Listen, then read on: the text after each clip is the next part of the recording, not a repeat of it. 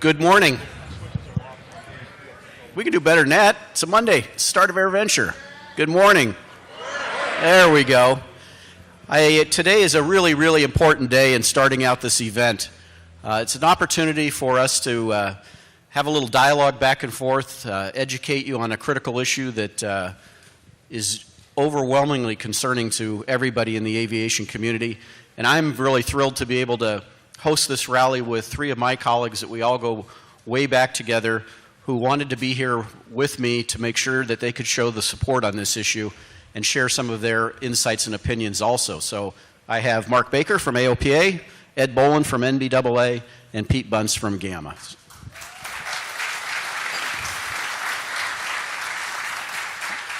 We have kind of been the face of what is now 170 general aviation associations that are fighting the issue that we want to describe to you today and some of the insights into that. So while there's a whole lot of other support, these gentlemen with the largest organizations have said, Jack, I want to be there and I want to help tell the story of what's going on. So let me give some of the background and some of the general concern about the reauthorization of the FAA and a bill that has been proposed by Congress, passed by the Transportation and Infrastructure Committee, and is now being considered at some point in the near future. Could be this week, could be next week, could be any time thereafter, to get voted on by the full House.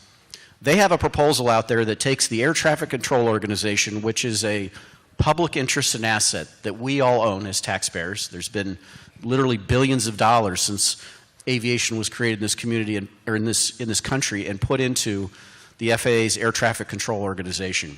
There's infrastructure, there's all of the equipment, there's the people involved in it. And I don't know about all of you, but for me, I'm so proud as an American of our system because it is the safest, the best run, the most efficient system in the entire world.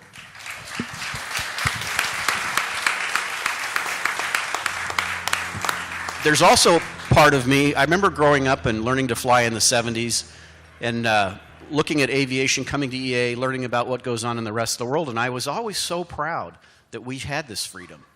And I hear it today, and I looked at it even as a young person traveling internationally and operating companies internationally, of people in other countries who were very similar to our countries. It was the UK, it was Germany, it was Australia, it was New Zealand. It was a lot of Western countries who grabbed a hold of our passion for aviation and they privatized it. And today in those countries, aviation is almost non-existent. The costs, the hurdles, the issues associated with it are preventing the people that we see here and the young kids to get that enthusiasm to be able to go pursue their dreams of being in the sky. So you ask yourself, that seems to be a pretty good sign that what they're proposing is problematic. Then you look at who we want to mimic, and that is a privatized system to our north, who many Canadians have shared with us stories on the general aviation side in Canada that it's not being represented completely accurately by those in the House who have gone to visit the system. It is not the system that's being portrayed as one that we should copy, because we have to keep asking the question, what's wrong with our system? Why are we having to do this? What's the problem that we're trying to solve? And that problem is a pretty simple problem. That's really the long-term financing and the long-term funding of the FAA in order for them to put the money into one small piece of the ATC activity, which is the modernization programs. And that can be solved very, very easily, again, by those who are in charge of that system, which is our government. We debate, and I always get on, we all have differing opinions, and then we're going to hear different perspectives on the issue. One of the big issues that I have personally on this is that that's a public asset, and if you're looking at free-based economics, market-based economics, you're going to take a system that works and hand it to a monopoly that is governed by a nonprofit board of directors who have never managed any ATC system in their life. And each one of the board members has very specific personal interests, many of them financial interests in how that system operates. And then here we are being given a token seat at the board, of which I have heard Congressman Schuster in a town hall debate with, it was relayed back to me with Congressman Duffy in northern Wisconsin, that we will essentially be and I'm paraphrasing, a cost center because we won't be contributing anything to that system. So why would we have a vote at the table? I mean, which, again, very much a lot of flawed principles. So today we're kicking off AirVenture with a call and a rally to everyone. Everybody up here is going to continue to ask you to do this, is get involved. We have assets on the grounds at all of our booths that you can go to, literally punch a button and be able to make your voice heard at your local congressman's office and your senator's office in the state. And that's why we're wearing these pins, and that's why we need you to find those and be able to make your voice heard, because this is not an issue that is going to get resolved anytime soon. It's going to be a long, long continued fight because we got to go through the House and then we got to go through the Senate. There could be delays and continuations, but the administration is hell-bent on making it happen, and we have to be as equally unified to make sure that we all encourage our elected officials to vote no on H.R. 2997, which is the FAA reauthorization bill. And you cannot emphasize enough to them that you are counting on their support of that, because they're going to destroy the freedoms of aviation that we know, the path for young people forward to get involved in it, and probably one of the most economic viable activities that we have in our country, which I think probably Pete will touch on that. What's important today is I want you to hear the other associations' opinions, because they are intricately involved in it from all different perspectives. I think my personal perspective representing EAA is the grassroots activity and the impact on the unintended consequences of that. They have their constituents that will give you a very good perspective on other areas. And there's one last, and we're going to have questions and answers today, so we want to open the mics up for everybody. There's scenarios out there with a privatized ATC system that would easily, very plausible, would allow this event to be shut down at some period of time. Could be as early as 2 or 3 years from now, or as long as 5 when the system gets implemented. Because as you know, we're already paying for our control tower, but that was due to funding issues and sequestration.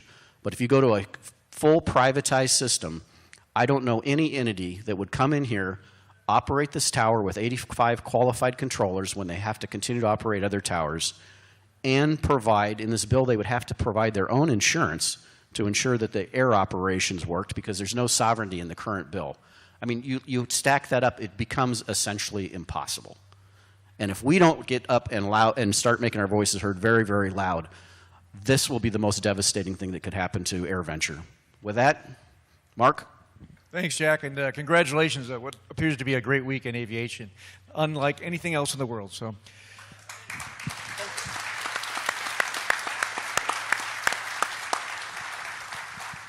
and when I mean the world, you know, we have about 80 what we call international AOPA affiliates around the world. And we are the envy of general aviation in the world. There are about 60 or so privatized systems. Every one of them that has a general aviation is gone down, gone backwards, been hurt by this privatization, as they call it, around the world, where they no longer have a public entity running and protecting our access and our costs in general aviation. So that's what we're here for. We're in a fight for our lives for the next probably 4 or 5 or 6 months until we get this thing pushed back, delayed, postponed, and made sure our voices are heard. And thanks to all of you and the people in this room, they do listen to us. Think about Basic Med just a year ago, which was signed into law. We've got almost 20,000 people flying now under Basic Med because your voices were heard.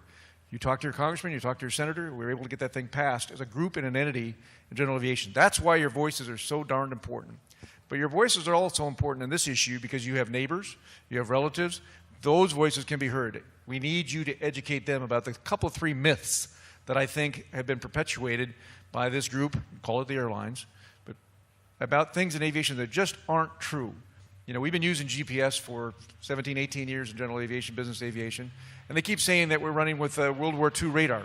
We have radar that was invented in World War II, but we all know it's a lot different radar, and the Department of Defense still wants radar to protect us in our sovereignty in this world.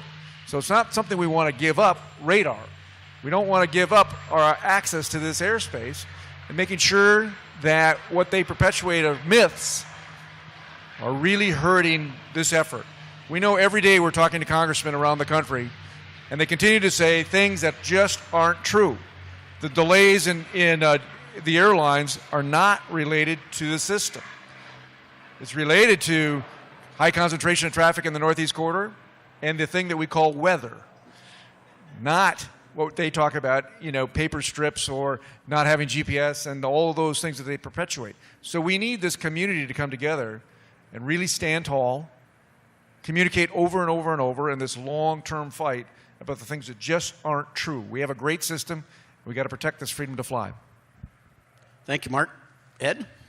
Well, I think a lot has already been said today. First of all, this is AirVenture.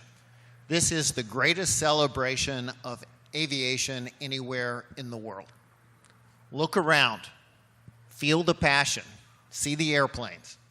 We have something extraordinarily special in the United States, something you don't find anywhere else. And part of the reason we have this in the United States is because we have the opportunity, the right, the privilege to make our voices heard. And the people that we ask to represent us can actually do that if they know how we feel. Now, on the other side of this issue are the big airlines, who for 25 years have been trying to seize control of our air traffic system. They want to run it for their benefit and everybody else's detriment. Why do I say that? Because it was 25 years ago the airlines were trying to seize control of the air traffic system. And among those they were trying to seize it from were these low-cost startup airlines. They wanted to put them out of business. And so the CEO of one of those airlines stood up and he said, they're going to tell you this is about modernization or about fairness or about funding or about politics. He said, here's what it's about. 3 things: economic power, economic control, economic domination. He said the airlines literally want to run the FAA for their benefit and everybody else's detriment. 25 years later, that's still true. And it's embodied in this bill, H.R. 2997.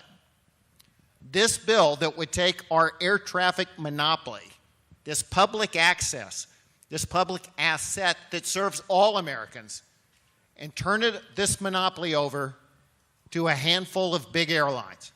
Now, I don't know about you, but taking a monopoly and giving it to an airline cartel is not a good conservative principle. And what are the risks if the airlines are in charge? Well, a lot of my members fly into a lot of big cities. They need to. They need to do it for financing. They need to do it for insurance. They need to do it for advertising. So let's say they fly up to Teterboro. And as a lot of you know, on a busy wind day, bad weather day, Teterboro can conflict with LaGuardia under some weather circumstances, can conflict with Newark and others. Now, what if this board said on those weather days, instead of just working through the conflicts, we'll just shut down Teterboro? What are you going to do about it? Well, under the bill, we could first go to the Secretary of Transportation and say, we think this is unfair. The Secretary's only power to reverse the decision is if there is a safety degradation. And we're going to have to suggest that closing down Teterboro is a safety issue. And if we don't succeed there, we've got another choice. Lawyer up. Go to court. So we have a system right now where we can make our voices heard. We can go to our elected representatives and tell them how we want to be represented. The bill on the table says if you don't like the way the air transportation system is working in the United States, that has been built with our taxes over the last several decades, lawyer up. Go to court. You no longer have a member of Congress that has any say in this issue. This is a significant threat to the future of general aviation in the United States. I believe it's a threat to all of aviation in the United States. So we're here celebrating a very special industry at a very special time. But as we celebrate, we need to recognize we have a responsibility too. We're enjoying what other generations have handed down to us. If we want this to be here 5, 10, 25 years from now, we got to do our part. Right here, right now, we got to contact our members of Congress, and we need to do it this week.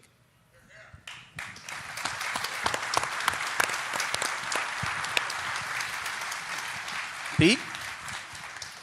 So I'm going to just kind of shift gears here for a second and talk about some kind of inside the beltway. You always hear that term of Washington things. But before I mention that, I wanted you to just think about what we're doing here this week and what Jack and his team and a sea of volunteers is able to pull off. You got the Paris Air Show. You got Farnborough. You got Dubai. What are they? They're commercial aviation shows with the military.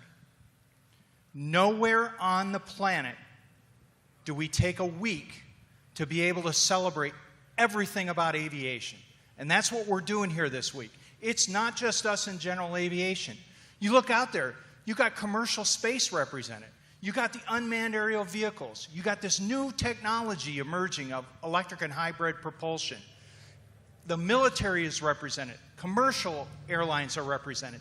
Everything in aviation is represented at this show. We are unique as a nation. We are an aviation nation. Powered flight started here. And when you look back at what our founding fathers did in this country, is they prioritized transportation. What did George Washington start to do? He started building lighthouses. He started digging canals, because transportation is what makes this country great.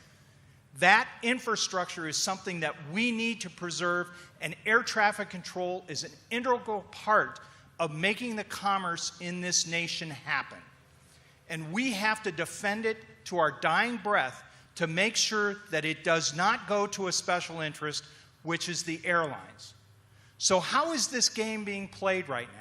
Now, is privatization something new, a new idea that just happened with this administration, this Congress? No. Back in the Clinton administration, if you remember that idea of reinventing government under Al Gore, it was pushed then. And wise people in Congress said, nah, this isn't the right thing to do. And then virtually every successive administration has started and teased this idea out. But then things changed in the last Congress, because Chairman Schuster, a very powerful chairman of the House Transportation and Infrastructure Committee, who is very close to the airlines, said, I am going to use these airline talking points, and I'm going to start pushing for this. And he pushed hard. We pushed back, and fortunately for us, the Obama administration was very tepid on their support. Well, it's different right now. And what are the differences? Now, if you remember during the campaign, President Trump, I think our friends at the Airport Association told us he made over 160 references during his campaign to airports. Not one single time did he mention air traffic control. It was not until the airline senior CEOs went to the White House that he started all of a sudden shifting gears and started talking about air traffic control modernization and privatization of the system. Now, of course, his frame of reference is sitting on the tarmac at LaGuardia or JFK for hours when he was a private citizen to be able to get where he wanted to go. He's been an aviation guy for years. But if you listen to the rhetoric and his shift in rhetoric and what we're hearing out of the White House, there's no recognition of the reality of it. Ed talked about somebody sitting on the ground at Teterboro. 70% of the delays that we have in the system are caused by what's happening in the Northeast. Everything from Philly north to Boston. 70%, whether it's weather or whether it's just scheduling problems, and it's created by the fact that we don't have enough concrete up there and how the airlines schedule. And even the air traffic controllers that are with the privatization effort on this one admitted such in a recent statement that they made. Our air traffic controllers do a good job moving traffic, but if you don't have enough concrete and the airlines schedule and how they schedule is peaks and troughs to be able to maximize you getting to your connecting flight, that causes the delays out there, and there's nothing in modernization that's going to instantly go in and fix that. But the other argument that the airlines have put into Chairman Schuster's ear is that we've wasted money out there. We've just wasted it continually. And there is nothing further from the truth. Mark mentioned how long we've had this new technology out there. We pioneered ADS-B. We, in general aviation, pioneered it with the Capstone program up in Alaska. We pioneered the use of GPS technology. We've been using it in general aviation for years. We pioneered the use of wide area augmentation systems. Many of you that fly instruments rely on that day in and day out, and it's opened up a tremendous capability to allow us to get into small communities throughout this country that couldn't heretofore afford an ILS out there. We pioneered it. The reason that the airlines don't have it is they didn't want to invest in it. It's not that the FAA didn't put out the infrastructure. There's WAAS, thousands of WAAS approaches out there. We have the ground infrastructure complete for ADS-B, but the airlines did not equip. So what did they do? They went into Chairman Schuster's ear and said, we haven't done anything for modernization. We haven't moved to GPS technology, and we're relying on those World War II radars that Mark talked about, without ever consulting general aviation and the use of it, because we decided to equip. So the game is being played in Washington, where you have the airline talking points used day in, day out. So now, as Jack said, 170 groups have come forward and said, we do not want to privatize this system. So how does the Washington game get played? Chairman Schuster, Chairman Graves, and the local congressmen go and call up people that have signed that letter or powerful donors to that member of Congress and said, we want to talk to you on the phone.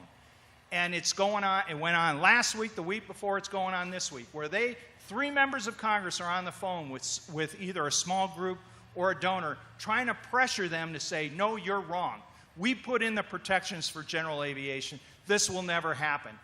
And I can't tell you how all of us get incensed over that, because we know those protections. First of all, if you have to protect an industry, what possibly good could it be for us? If you've got to say, I'm going to protect you out there. And the protections that they have built in are so fragile. They're only fragile until this board that they decide to create comes back to the Congress in the next reauthorization, says, this isn't working. We need to go and implement user fees on general aviation, and we need to charge it so it's a blip is a blip. We won't use the ICAO formula of weight and distance, which, by the way, the cargo guys don't like, because the cargo guys carry a very heavy weight when they fly. And in a heartbeat, we could get user fees on it. If they don't like the access issue, if we're using too much, and if you look around the grounds here, think about unmanned vehicles getting into the airspace. Think about commercial space. Are we going to stifle that industry because all of a sudden, nope, we aren't going to give them the airspace they need to integrate safely into the airspace and in the national system? So we have things to protect, and transferring $18 billion worth of assets to a private monopoly is not the way to do it. Thank you, Pete.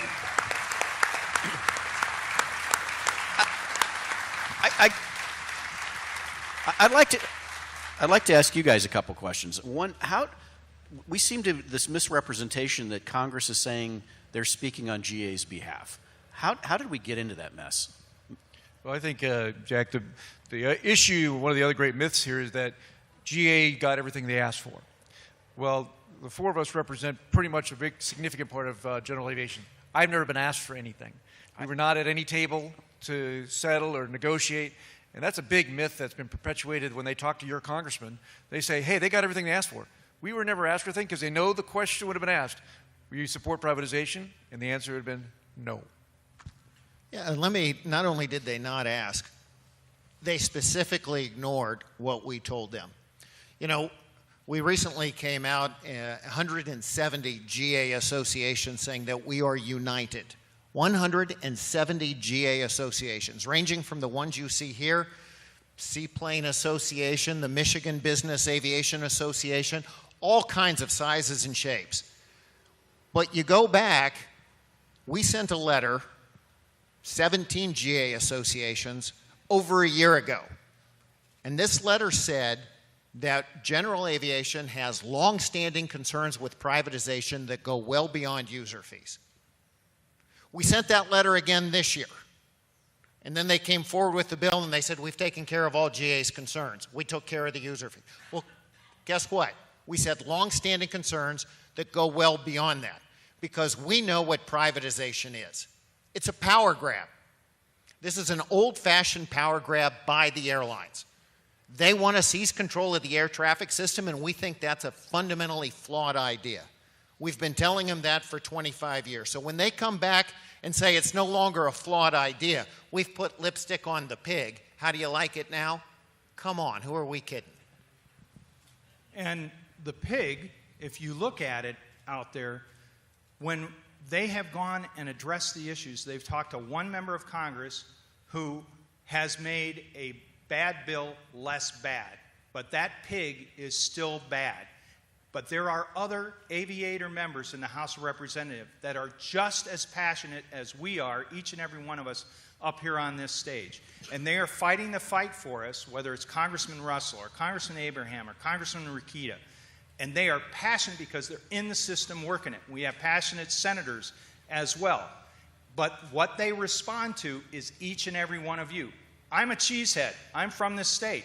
And right now, I'm not happy with the congressional delegation in the House of Representatives from this state because they're not listening. And this is an aviation state. This event is an economic engine for the Fox Valley. Gulfstream up at Appleton is a giant economic engine.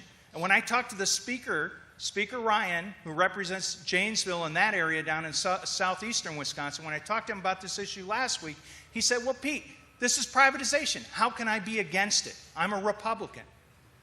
That's the mindset. It's privatization right away without going and digging deep at all into this. There are so many layers of complication with this bill. And we've been down this road. Whether you're for Obamacare or not, you got to admit that they did not know the answers when they went and passed Obamacare. This is exactly the road they want to take us down. How are you going to handle, we just had a case where the government admitted the fault that an F-16 was vectored right into a 172, killed the guys in the 172. How are you going to handle that? What kind of insurance do you have to carry when something like that happens?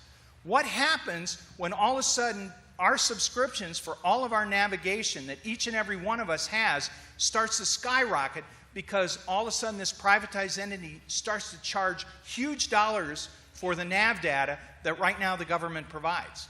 All of those third, fourth order effects are going to really start hitting, and we have not thought this out at all. Pete, Ed, there's a website out there that's called ATC Not for Sale. And I believe there's some videos on there of Sully Sullenberger, who all of us should, recognize not only for the Miracle on the Hudson, but as one of our Young Eagle chairmen. What's Sully's comments on that video? Because I watched it, and it, from a person that is an absolute hero, has no self-serving interest. He's a safety consultant and expert, and he stands in front of the camera. And Ed, why don't you share what Sully's story is? Well, it was really profound. This really started over a week ago when Sully did an in-depth interview with Katie Couric. And he talked about taking our air traffic control system and giving what he called the keys to the kingdom to the airlines. The same airlines that shrink your seats. And I think we all know how that can go on. But he felt so strongly about it, he's now filmed an ad. It's available now. It's being run in Washington, D.C., hopefully on some national news channels as well. But I think this gets to the heart of it. We have the airlines that are promoting these talking points that our air traffic control system is horrible, it's broken, and it's the laughing stock of the world. And the only way to fix that is to give it away to the airlines. Now, by the way, it's been scored that it'll cost our country $18 billion to give it away, but give it away to the airlines. That's what the airlines want you to believe. So what Sully is saying is what we all know. The U.S. has the largest, the safest, the most efficient, the most diverse air transportation system of the world, and it's getting better. And so here's the question on the table, I think. It's who you're going to believe about the state of our air traffic control system. You're going to believe Sully? You're going to believe the GA community? You're going to believe the people who fly in the system and care? Or are you going to believe the airlines who have a pattern of anti-competitive behavior and a system of consumer dissatisfaction? Mark, well said, Pete. Mark, I know we were back at meeting with the Chief of Staff, all four of us, for Paul Ryan, and a question came, or the issue about is the system broken came up, and I think you had a comment as to all the phone calls you received from your members. Yeah, so we do town halls all over the country, and Jack has been at all of our fly-ins, and we share the stage, and I have met pilots in every state, and every town hall, I have never met a pilot that flies for the airlines, flies for a business company, flies a J3 Cub that supports this idea that this is a better way to go for general aviation. And you know, it seems incredulous when you talk to most of the members of Congress who are not pilots, by the way, when they say over and over and over that we've got, you know, a couple representatives that support this that do fly. Like Pete pointed out, we have more representatives that fly that don't support this. So that's why this community can be heard. I mean, we are really at a juncture here by having your voice over and over and over again, because you do represent your thought leadership in that community that can get these people to vote the right way. But every day, this group is what they call whipping, and whipping really does almost mean in a physical sense to try and convince them that this is a good bill for the Republicans, it's a good bill for the president, it's a bill that's going to make our whole system more efficient. We just haven't found it anywhere in the world. Jack, I'd like to follow up on that because Mark's brought up the enormous amount of pressure, the whipping that is going on in D.C. And I'd like everybody to think about this because every member of Congress kind of wants two things. First, they want to be a member of Congress. And two, they want to be a player in Washington, D.C. It's kind of fun to be in D.C. and have people tell you, well, you're smart, you're moving up, you're following the party line, you've got a bright future here in our clique here in Washington. So there it is. The two challenges are how do I become a congressman and then how do I become a player in D.C., one of the it crowd. And right now, everybody is in Washington, D.C. And they're being told if you want to be part of the it crowd, you're going to get on board and support 2997. You're going to get on board and be part of the team. We're your family. We're Washington, D.C. Stick with us and we're going to take care of you. But they want to be a congressman first. You have to be a congressman to be part of the IT Club. So we need to tell them, wait a minute, not so fast. Instead of you being part of the IT Club, why don't you be my elected representative? Why don't you run the air traffic system for the benefit of the public, your congressional district? That's what we want you to do. And so that's why it's so important. They're getting a lot of pressure on Capitol Hill. They're being told, well, we have to put up some legislative wins. The party needs a victory. Gee, this sounds like privatization, even if it's not. So they're under a lot of pressure. Hey, salute, get on board, be part of our crowd. We got to let them know back home, we know what's going on, and it's not a good deal. How many in the audience are from Wisconsin? I'm glad we've got a lot of you. We have three, I'll call them relatively local congressmen, in Grothman, Gallagher, and Duffy. And they are either voting yes or undecided. And you think that seems a little unconscionable when you're right here where Oshkosh is and what this state does for all of aviation. So I want to make sure all of you get to those congressmen. The whipping issue, I mean, again, some of these stories. We had an incident, the American Model Association, the AMA guys. Last week, they got a call from Congressman Schuster. And he said, I understand you've signed on with the GA guys to support anti-privatization. They said, we sure have. We think that's really important. This came directly from his office to them. You have 24 hours to put out, to remove your name from our coalition, the one of the 170. And in that 24 hours, you have to put out a notice to your members, if any of you are members would have got it, I certainly got one, that said we now support privatization of the ATC system. And if you don't, some of the things that are in that bill that are positive for the Modeling Association are gone on a chairman's amendment. So that gives you an idea of the tactics that we're up against. I didn't hear the they folded it like a cheap suit. So that's why we got the letter saying, please support the privatization movement. I think, because I think there's going to be some great questions out there that will add a chance for us to put more color in the topics. We're going to have microphones going around the audience, and I want to open it up before we close again talking about what do you need to do here while you're at AirVenture. So as best as I can see, I'll try to get out lights. There will be 3 microphones roving. Hand up and get to your question. I see one right down here from Dr. Leonard. Right there in the blue shirt. There you are. I thought he was in front.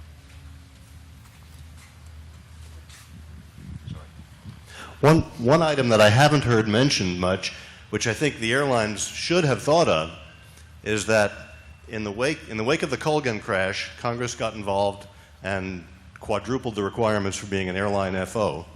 And largely as a result of that, although certainly other factors, the regional airlines are now running short of pilots and canceling flights. Horizon just canceled half of their service into Boise. And this is only going to get worse unless something turns it around. Given the number of pilots coming out of the military, the only source for the future of airline pilots is general aviation. And if they succeed in putting this through, and they succeed in doing to general aviation what they're trying to do, the airlines themselves are going to hurt themselves 15, 20 years down the road because they're not going to have any pilots. And it just seems like that's an argument that ought to be added to everything else that we're saying. Pete? So in the Senate bill, there's actually a provision to have some reforms made to the ATP or the 1,500-hour rule. It's a politically tough situation for two allies that we have in Congress, which are Senator Thune, the chairman of the committee, and ranking member Senator Nelson. We have met with both individuals, and they both brought it up. So that's in the resolution process right now. They're trying to work on it. We really like the Senate bill. The reality is the airlines don't like the Senate bill for some other consumer protections that are in that bill. But we're hoping that they can get that resolved. We didn't see a compendium type of thing in the House bill. But we think, and we know that the House bill, if they stripped away the ATC portion, there are some very good things in that bill for all of aviation.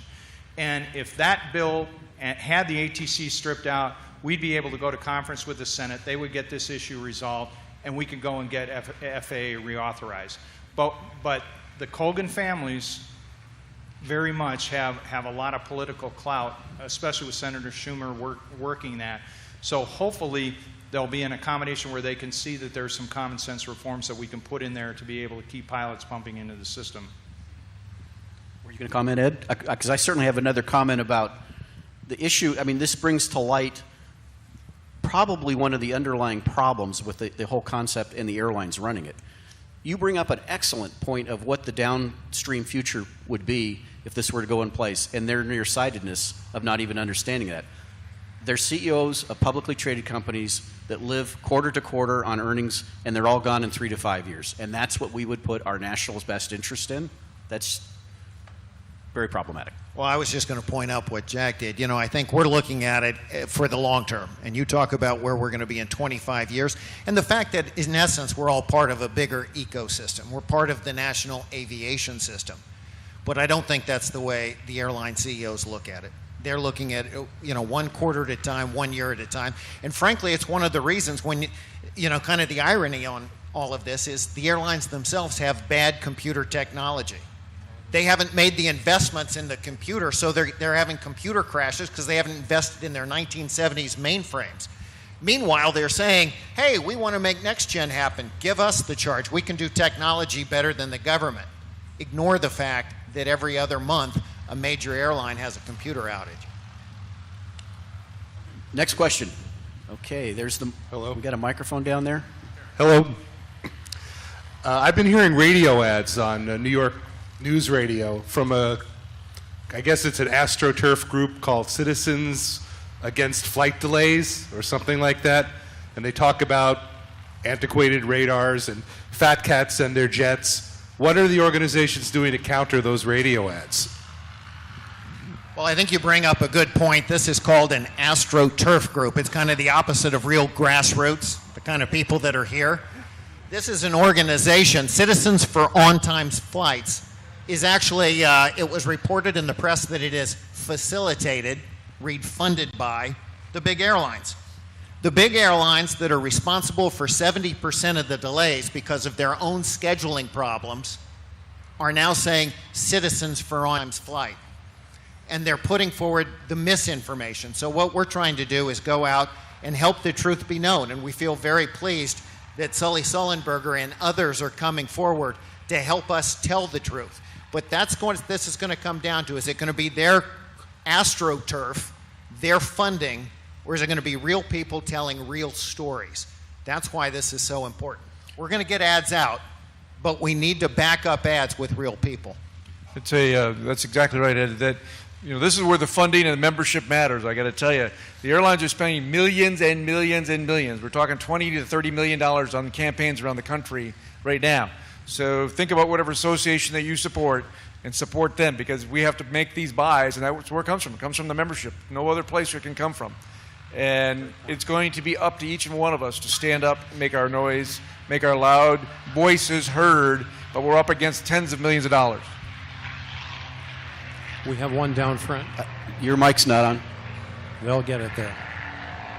Hi guys, I'm a new student pilot. I'm from Oklahoma, and so this is my first time here, and this is like surreal. Like, this is awesome. I got it. Okay.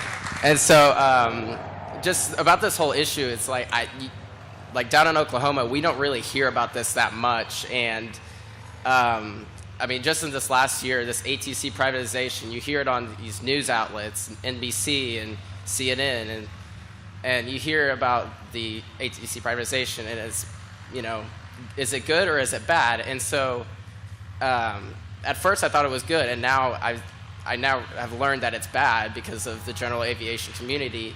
And I've heard that if the privatization program is implemented and the user fees are implemented on the general aviation community, like, what fees are we talking about? Like, are we talking like, you know, A to B cross-country fees? Are we talking about just as a whole? Could you all explain basically what user fees can mean to the community here?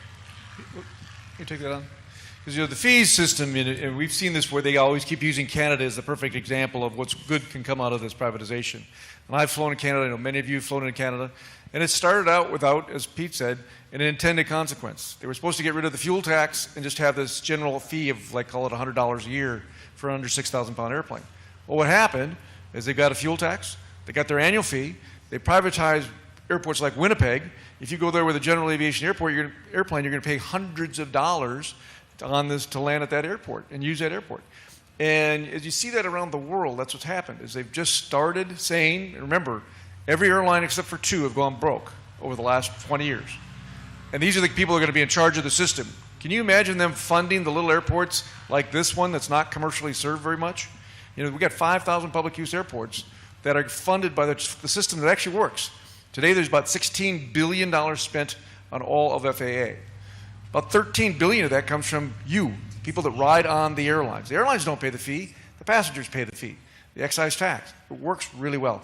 And we have the best air traffic control system in the world.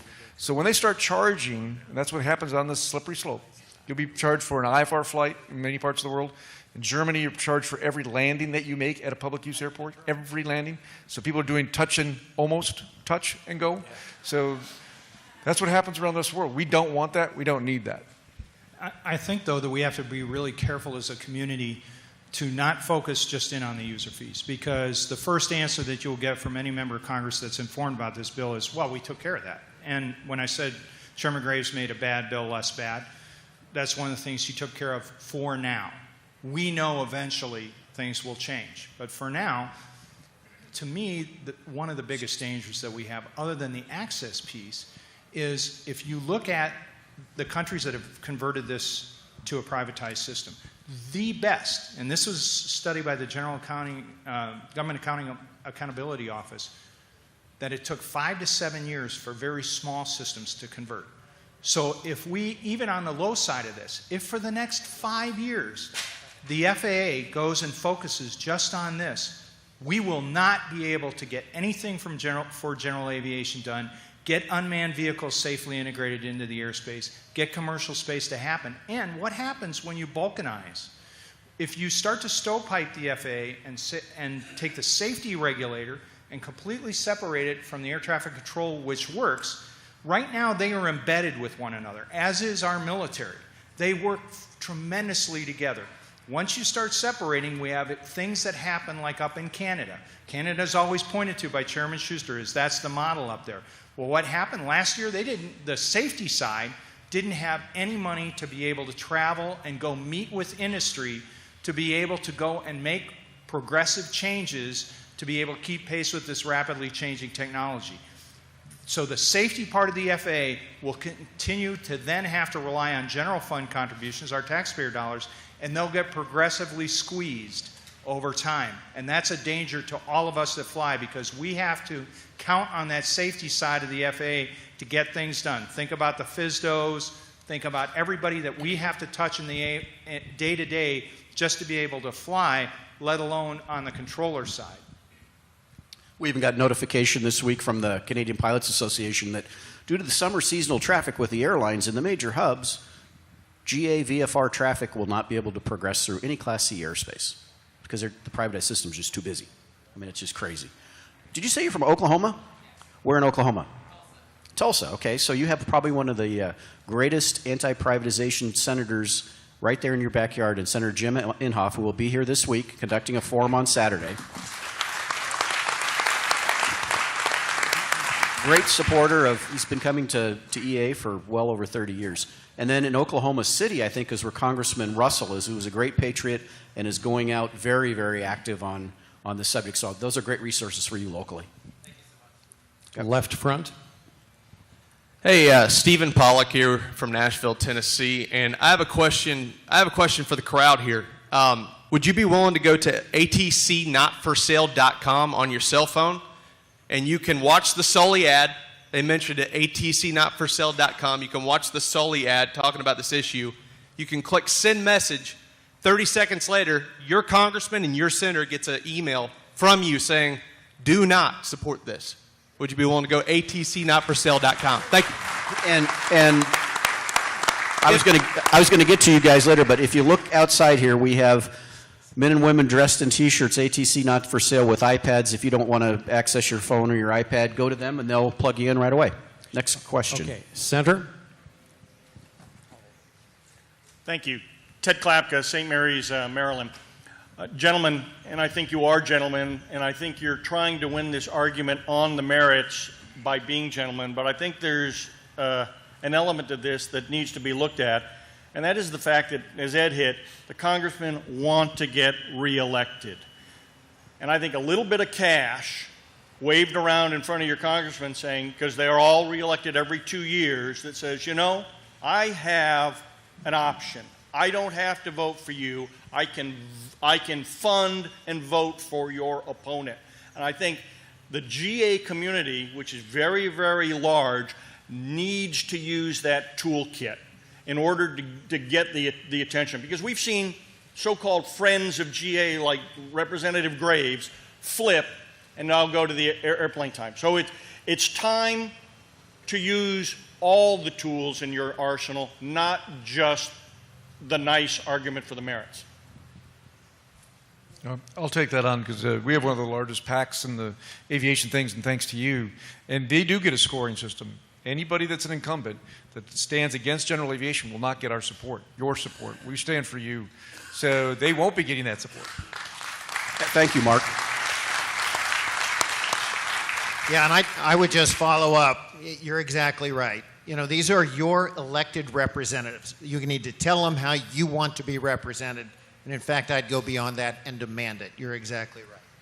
Center middle. I received an email urging me to contact my representative, so I called my House of Representatives member and wound up leaving a message. Should I also be trying to talk to my senator? Absolutely. This fight's going to go from the House to the Senate, so you need to make sure that you're already talking to your senators. And I appreciate that right now we need calls. I mean, that's as equally as important. And for those of you from Wisconsin, just to add to that, so it's just not the members of the House. So Senator Johnson is very much in favor of ATC privatization. So make them know it. I think we probably should be helpful here to kind of set the cadence about what could happen.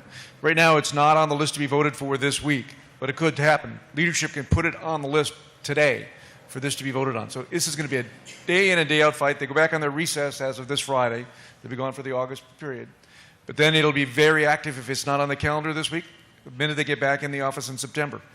And if it should pass the House, people say, well, we can fight it in the Senate. There's a big problem with the way this can be fought. The Senate can vote against it 70-30, but then they'll be forced into a conference. Mitch McConnell gets to pick the people that sits on the Senate side of the conference. His wife is Elaine Chao, who's the Secretary of Transportation, who supports this. So we don't want to go there. We want to win this every day, every week, and not let it get voted upon for the rest of the year. So this is a long haul here, gang. You got to be in for it for the marathon. Very good point, Mark. There's so many. Yeah, there Front are. row for a minute. Hello. I think most of us here are convinced from your cogent comments. Any talking points that we can give to our friends that might help with the congressional fight that are not pilots and maybe don't understand access and what GA does for the country? There's up front here, and you should find them in the kiosks on the ground. There's information packages that you can use. It was in the Ave Week today. And if you go to any one of our websites, there is also information out there to pass to your friends. And I think, you know, we all have to be patient in educating our friends that are not in the aviation, because at the end of the day, it is going to affect them. The stories the airlines are saying that they're going to be more efficient and cheaper is just flat and patently wrong.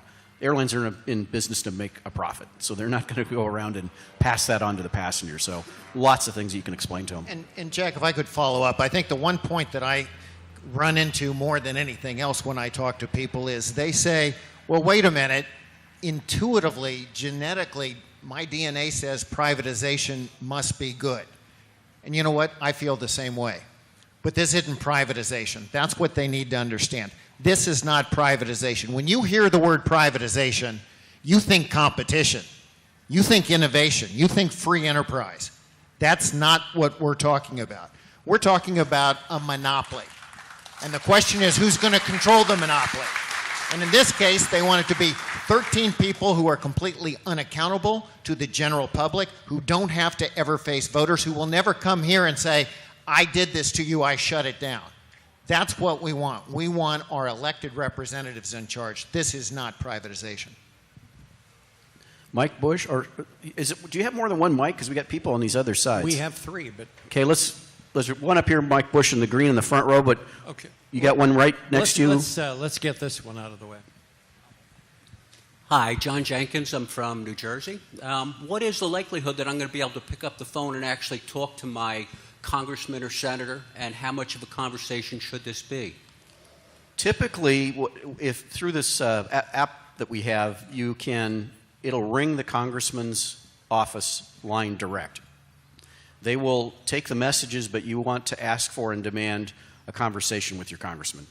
And on that note, the more of those calls you make, there's a multiplying factor where the office gets back to this whole issue of what Ed brought up. They want to be reelected. And when this starts to become an issue in their daily brief that, hey, Mr. Congressman, I'm your staffer, but you know I got 50 calls today on this issue. We got to figure out a game plan here as to how we're going to address it. Most of them, I find a lot of them are pretty good about returning calls. At least locally here, that's been the case. I don't know if you guys have. I think this is actually where your air cover works, because your congressman or woman wants to have air cover here. They can go back to Schuster and the group and say, hey, I can't do this. My district is totally against this. I had 400 calls about this just yesterday. That's what matters. They need your address. They need you're a voter in their district, and that's all they need to know is that you're against it. The conversation can be 3 seconds long. And I would just add, take advantage of talking, especially to business leaders in your local community. One of the most effective things that we were able to do, and Joe Brown is here in the audience from Hartselle, but when we take a business leader like Joe and be able to go and talk about this concept of privatization from a business perspective, and especially somebody that uses business aviation in your community to be able to go and access markets, that's when it really starts to resonate with members of Congress. When you've got a businessman telling them that this does not make sense and this is not privatization. Very, very powerful. So use that, spread the word to your friends. If you know anybody that's a donor to a member of Congress that you can get their ear, leverage that. Okay. Left, center, front. We got one right up here, Mike Bush. Jack, this is Mike Bush from the great state of California, where my local representative Carbajal has promised that he's opposing this, and I think my Senator Feinstein's on the right side of the issue too. But my question is, has there been an effort to get any significant number of these Congress critters up here to Oshkosh so they could feel our love a little bit? We certainly we try, and we do have good support from those who are in aviation. Last year we had Congressman Abraham, Congressman Russell, Rakita. We have Inhofe. It's on their radar, but this year it's been very interesting how a lot of people who used to support aviation and have flip-flopped on it have not contacted us at all. Senator? Hi, Ken Ullery, Medina, Ohio. I've heard rumor that Delta Airlines is not on board with the others. Is there any truth to that? And if there is can we use that as a wedge to help break up this airline? How much opposed to it are they? Well, Delta's prior chairman was very much anti-privatization, Richard Anderson. He's moved on, and they're trading chits in Washington. The open skies issue between the Middle East and America is what they're saying is a higher priority, and they're willing to stand down on privatization. And that's been problematic. I mean, you guys can comment more. You're back there and hear the... And I think it's very important to note that there is an organization that was created about 8 to 9 years ago called the NAC, the Next Gen Advisory Committee. And it's got all the stakeholders for aviation all centered on being able to look at where privatization should go. Richard Anderson, the former head of Delta, was heading up that MAC, and every single leader of the MAC, and Ed, Mark, and I all sit on it, has gone and listened to the arguments. Right now, the current head of FedEx runs the NAC, and each one of them has been a convert. And they basically said, no, we are making progress. And they've been able, or they are trying to talk to their other airline CEOs, because every airline is represented on the NAC, and they have established where priorities are as to the dollars that flow into Next Gen. And it's working. And it's been a sea change, and the IG, the Department of Transportation IG, has recognized that. But it's just one of those things that the proponents, primarily Chairman Schuster, has just dismissed. We're going to take, we got 1, 2, and 1 back there. We'll take 3, 4, and that's it. We're going to unfortunately block the other. And there's one thing I want to do at the end. Go ahead. Who's got the mic? It's my understanding that 3 of you are heading to Washington on Wednesday to meet with Sam Graves about his wavering opinion. Any comment on that, having to leave Oshkosh in the middle of the show? Well, I hate leaving Oshkosh in the middle of the show. It's a great place to be with great friends and great people. But we do, the 3 of us are going to be in D.C. tomorrow, and we're going to try to continue to educate those congressmen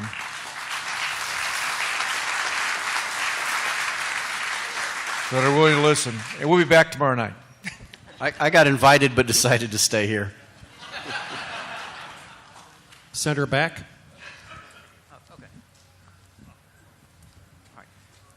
So I'm Bob Thomason from Charlotte, North Carolina. And Jack, I have a question for you. Does the EAA have a plan to enlist the non-flying public that will be here this week to see all the usual things, all the great things that are usually here, but also the Blue Angels later this week, which will draw a huge crowd? I think that would be a golden opportunity to ask them to call their congressman as well. We will have all week long and over the weekend issues of the AirVenture Today, we'll have the ATC privatization stories to educate the public, and all week long we will have these folks that are wandering around at all of our 4 booths, the ability for the general public to get educated and contact their congressman. So we are trying to do that. Got one back Senator here. Front, before we get to this question, please join us tonight at 8 o'clock to celebrate the life of Bob Hoover. Okay. Hello, everyone. My name is Scott Perkins, and this is my wife, Debbie. We're from Kentucky, kind of by way of Florida. But I have a couple of questions. One, how can our organizations, or the organizations which you represent, facilitate programs tied to social media, since social media is such a strong tool these days, especially with the younger crowd, to get the voice across? And the second question I have is, How do we get folks like Al Roker on the Today Show and Kathy Lee and Hoda to take interest in these types of issues and get the word out? Because these things affect their audiences as well, and they affect our grandkids, and they affect our aunts and uncles and neighbors, and those folks don't even understand what's going on, and they have no clue. And you know, they may pay more attention to Al Roker than they would me, or you, or anyone else. So the social media piece, if you guys want to address that, because we are working a campaign to get more viral on this. Pete, why don't you? Well, and I think that a powerful message, Ed talked about being able to get Sully Sullenberger to be vocal here. I think you're going to see some great things come out of EAA AirVenture here. The air show community has already put together a video that all of the prominent pilots that you see out there are on that video. I think you're going to see another exciting thing. I don't know if I Sure. can say. Yeah, go ahead. Yeah, we've got Charlie Precourt is here, the former head of all the astronaut corps, and he's got a bunch of his colleagues that have been in the shuttle program and gone to the moon and everything else that are going to come out vocally against it.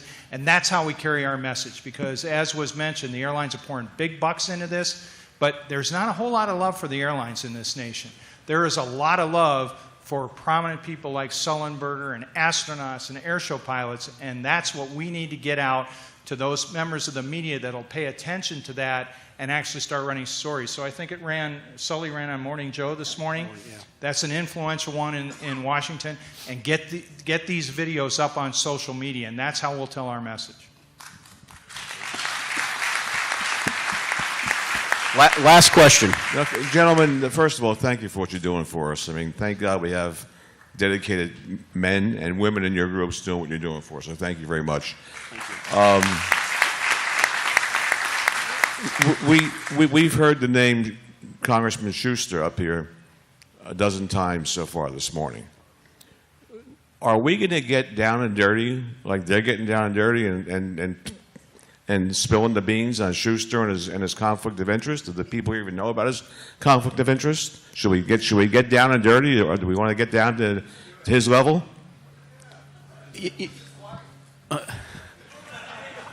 Well, he's not married, but he has a significant other that is a lobbyist for the Airlines for America.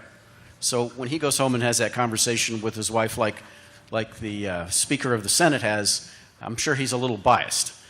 Last year, we tried to expose some of that. There were some things that went out in Washington about his close ties with the airlines. And it didn't get as much traction as I thought it would. I thought that during this go-round, that would be the #1 item, saying he should recuse himself of this because he's already got a bias on what direction he's going. So I don't know, guys, you want to comment? But I think we can win this by doing what we do. And we in general aviation, we take the high road. This is wrong for America. This is wrong-headed, it is one-sided, and it's about a special interest group, which are the airlines, taking control of the system. And we've got to keep it at a high level and hound those points to members of Congress. And if we do that, we were very successful. I think Chairman Schuster went in 2 weeks ago saying he passed it in committee by, I think he only had just one dissenting Republican vote, which was Congressman Rikita. And of course the Democrats were against him, but he thought he would get that on the floor. And because we worked it hard, Jack mentioned we were in the Speaker's office, but all of us were working along with our sister associations in Washington, NATA, HAI, the other ones that are based there. We were able to go, and when they took that whip count that Ed mentioned, all of a sudden they realized, holy cow, we don't have the votes. And the leadership office said, you, Chairman Schuster, better start working it. We'll work it. The White House has been working it. So they took the General Aviation Caucus, which we helped to create. To Sam Graves' credit, and Congressman Vesey, the co-chairman, they created it. But then they let a member of the White House come in and tell a one-sided story. And that's why we felt strongly that we really needed to force the issue to allow us to be able to tell our story, and that's why we're going back tomorrow. And to Congressman Graves' credit and co-chair Vesey, they're giving us a forum to be able to do that. So we hope to pack the room in the Budget Committee offices, which Chairman Rikita got us a capability to use that tomorrow and be able to tell our story up on the Hill.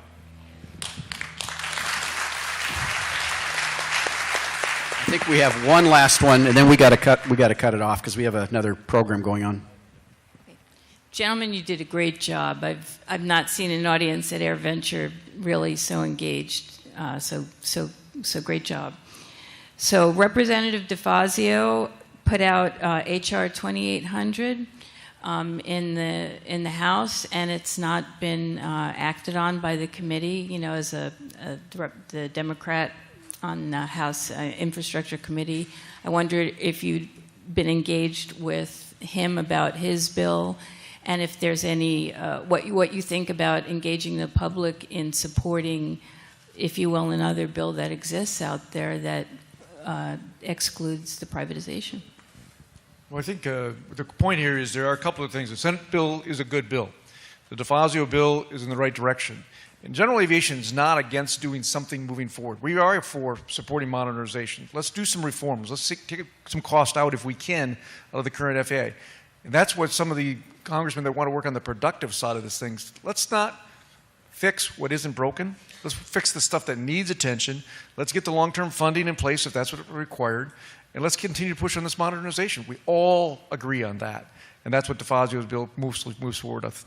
And I would just add that our staffs coming from that culture. So Mark's head of government relations was a former staff director for that committee working with DeFazio. So was my head of government relations. And Dick DeBrava's here from Ed's group, but Crystal Lucas came from working with Mr. Costello on all these issues as he was the subcommittee ranking member. So they're involved with Mr. DeFazio and his staff on a daily basis, as well as Chairman Schuster's staff, continuing to try to engage him. But the more we get word out, especially to the appropriations side of the House, that's a firewall that we've been trying to build. But every member of Congress matters in this fight. We really appreciate everybody taking the time to come and listen and understand, and I hope that not as much as making sure you're on our side, but that you'll take the message out. That's the important, to act on it, to get with these folks that are out here, get with your friends, and really being vocal and loud on it. That's what it's going to take to change this. I think for these guys going back tomorrow, I would like to do one thing. Where's our photographer?